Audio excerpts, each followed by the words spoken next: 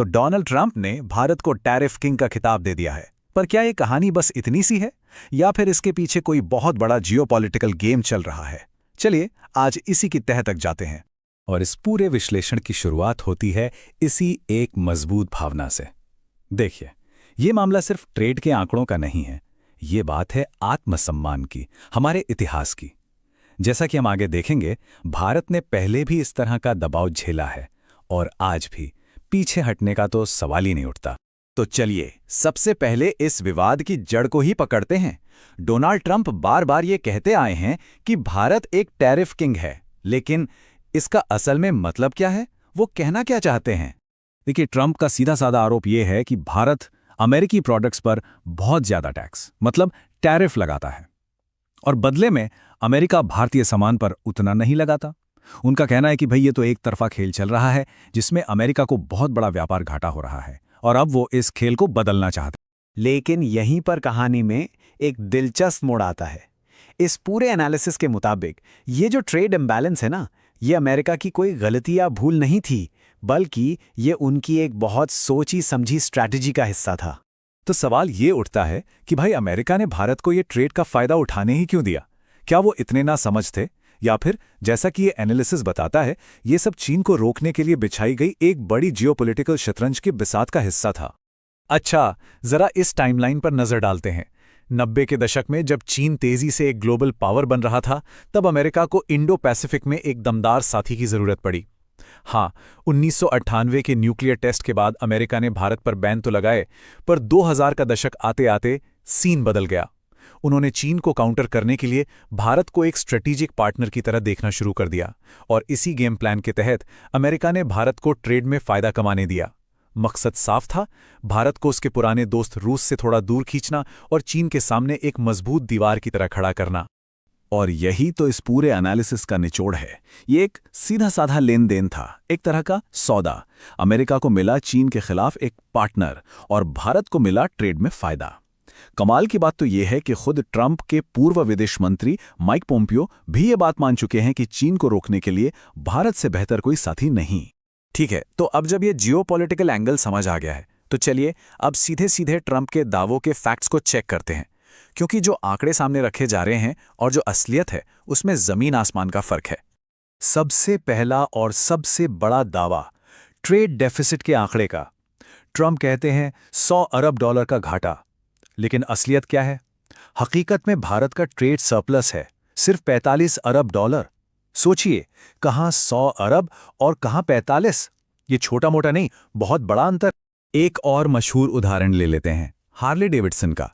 Trump बार बार चिल्लाकर कहते हैं कि भारत 100% टैरिफ लगाता है, लेकिन सच ये है कि असल टैरिफ सिर्फ 30% है। अब जब इस तरह के गलत आंकड़े दिए जाएंगे तो जाहिर है टैरिफ किंग वाली पूरी कहानी ही सवालों के घेरे में आ जाती है। और मजे की बात तो ये है कि अमेरिका खुद भी कोई दूध का धुला नहीं है। वो भी कुछ चीजों पर बहुत ऊंचे टैरिफ लगाता है। जैसे इस टेबल में ही देख लीजिए, भारत वाइन पर 150% लगाता है, तो वहीं अमेरिका तंबाकू पर सीधे 350% का जबरदस्त टैरिफ लगाता है। तो फिर ये डबल स्टैंडर्ड्स नहीं तो और क्या है?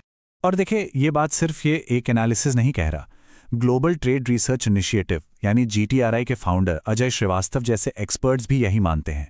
उनका तो साफ कहना है कि ट्रंप जानबूझकर ये गलत आंकड़े पेश कर रहे हैं ताकि दुनिया भर के इन्वेस्टर्स के मन में और पूरी दुनिया के सामने भारत की इमेज को खराब किया जा सके।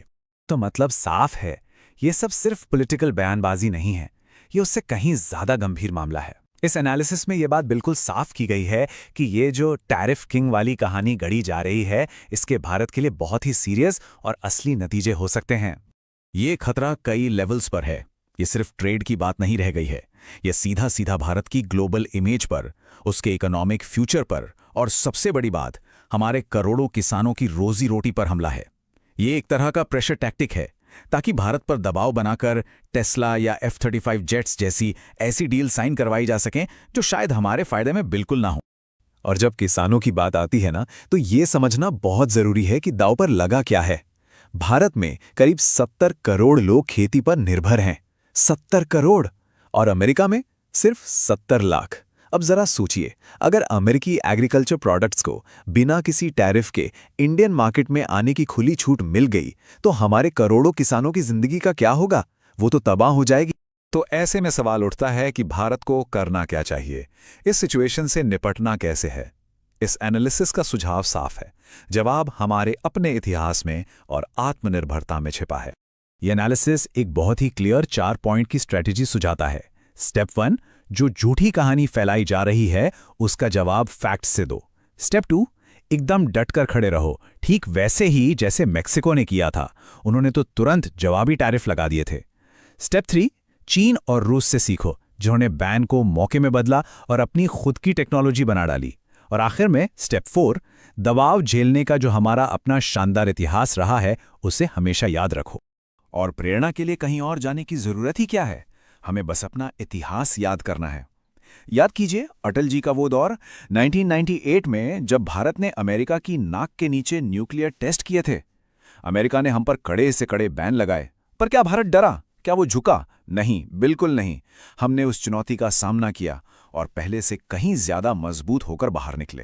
तो इस पूरे विश्लेषण को हम इसी एक बड़े सवाल पर खत्म करते हैं। आज जब पूरी दुनिया का ट्रेड सिस्टम बदल रहा है, एक ग्लोबल ट्रेड वॉर का माहौल है, तो क्या ऐसे में आत्मनिर्भर होना, सेल्फ रिलायंट होना ही किसी भी देश के लिए जीतने का एकमात्र रास्ता है? ये एक ऐसा सवाल है जिस पर हम सबको सोचना जरूर चाहिए।